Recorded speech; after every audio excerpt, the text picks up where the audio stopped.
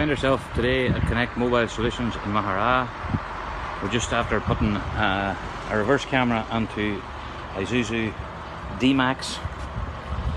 I'll just give you a wee look where the camera is actually located, as per factory fitted, just above the number plate, below the bumper. We'll give you a wee look from inside of the vehicle what happens when you pop it into reverse.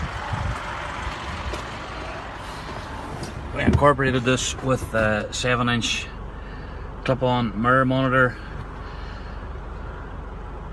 And you pop it under reverse, you can see your parking lanes not appearing there.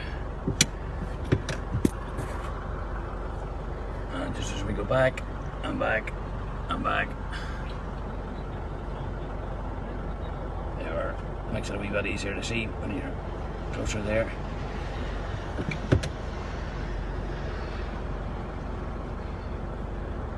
Curb, run your bumper level the curb, drop it out of reverse, go out and check and see how close you've actually got.